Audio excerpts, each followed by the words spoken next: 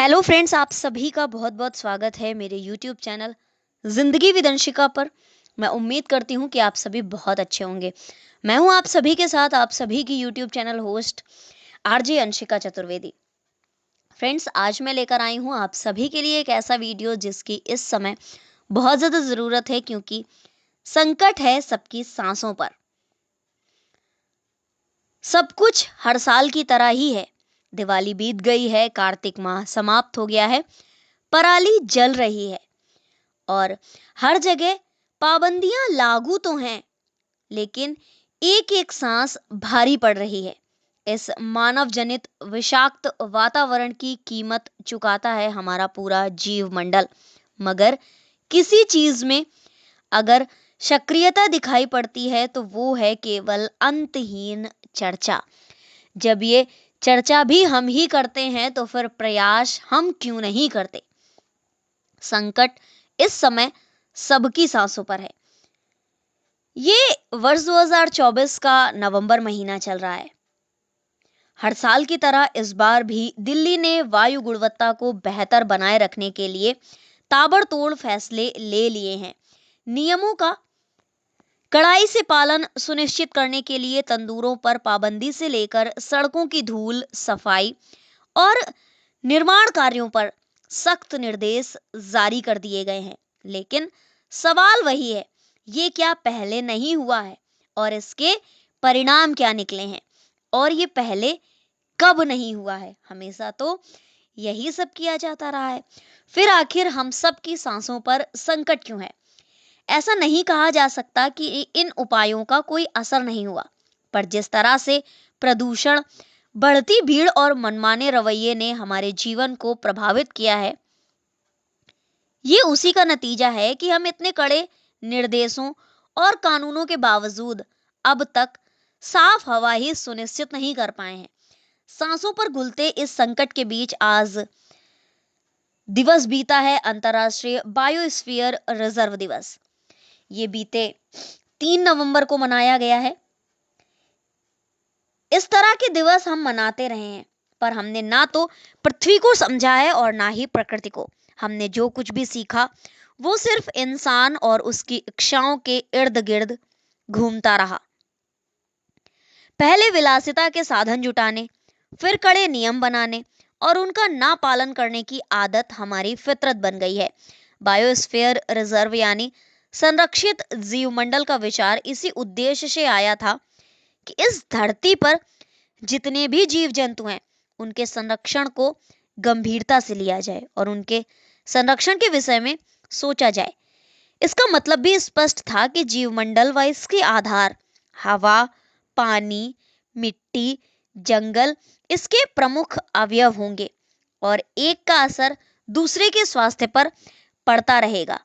अब आज की विडंबना ये हुई है कि इसकी परिकल्पना करने वाले मनुष्य ने ही स्वयं को इससे अलग कर लिया है और ये सोच पनपी कि वो इसका हिस्सा नहीं बल्कि नियंत्रक है।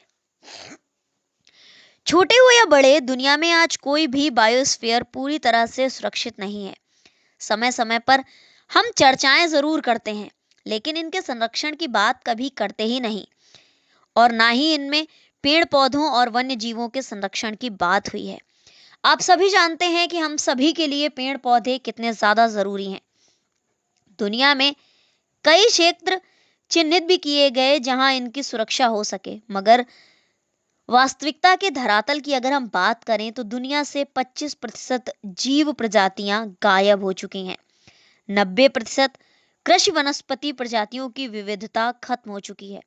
पालतू जीवों की विविधता में ये कमी 50% तक आ चुकी है।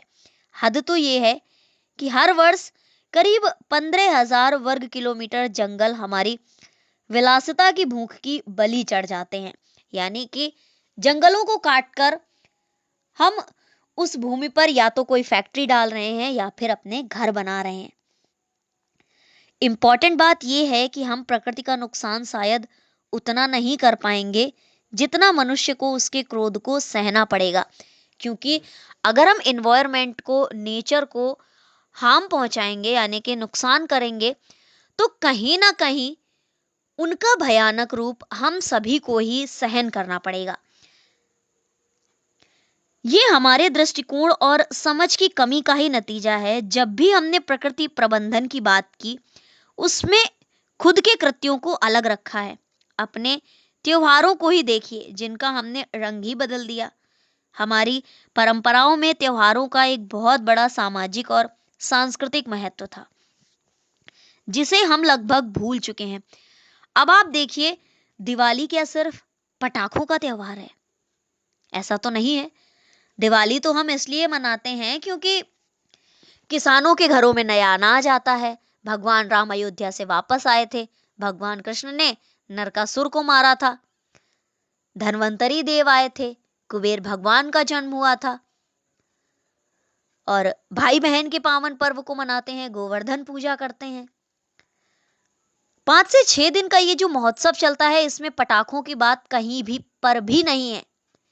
सबसे पहले बात आती है घरों की साफ सफाई की, फिर आती है घरों के रंग रोगन की, ताकि बारिश के समय में जो कीड़े मकोड़े उत्पन्न हुए हैं, जिन्होंने हमारे घरों को नुकसान पहुंचाया है, जो सीलन हमारे घरों में आई है, वो सब समाप्त हो जाए और हम वर्षा ऋतु के बाद अब शरद ऋतु को सहने के लिए एकदम से तैयार हो जाएं।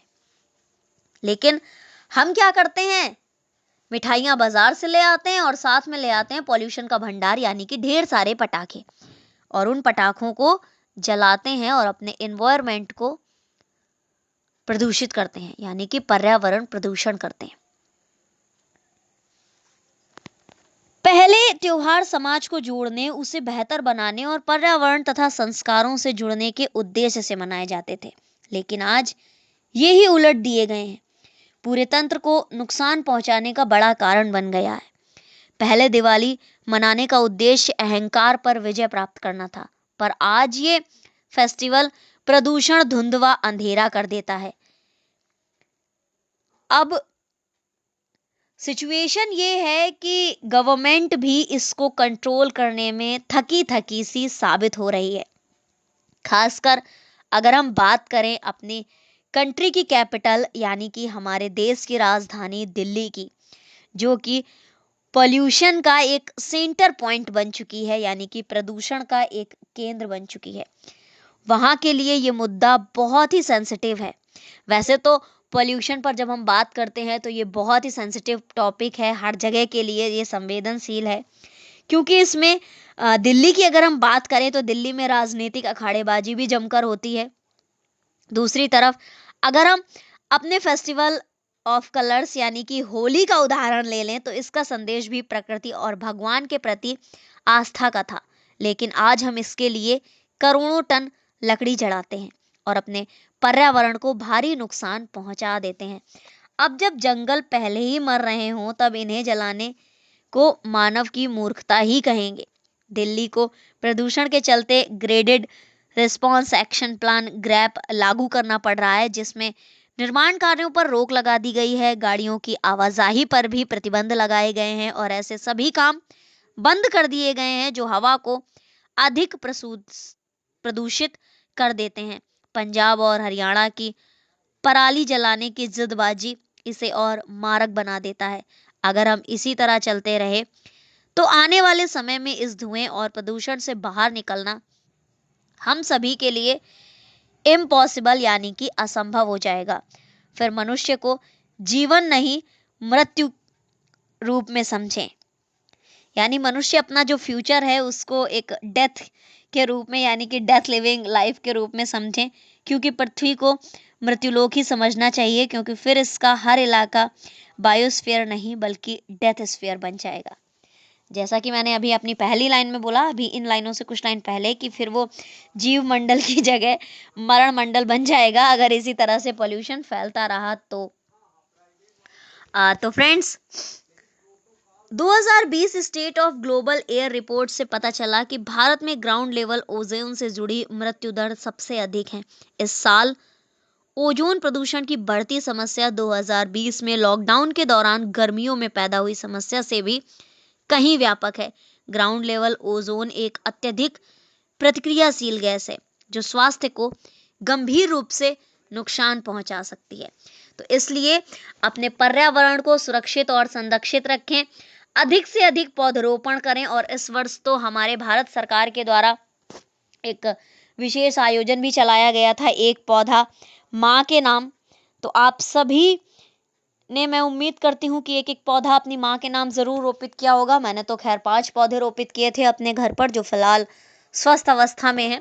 फ्रेंड्स, एक बात और, सिर्फ पौधरोपण करना ही काफी नहीं है, बल्कि जरूरी है उनकी केयर करना, क्योंकि देखभाल करना पेड़ पौधों की बहुत ज्यादा जरूरी है। तो ये थी कि सभी की सांसों पर संकट है, तो क्यों ना इस पर कुछ चर्चा की जाए। तो इसी तरह से आप देखते रहे हर दिन से जुड़ी हुई खास जानकारियों से जुड़े हुए वीडियो और कुछ ऐसे ही इंपॉर्टेंट टॉपिक्स पर video. Thank you so much, thanks for watching and thanks for supporting. Bye bye and take care.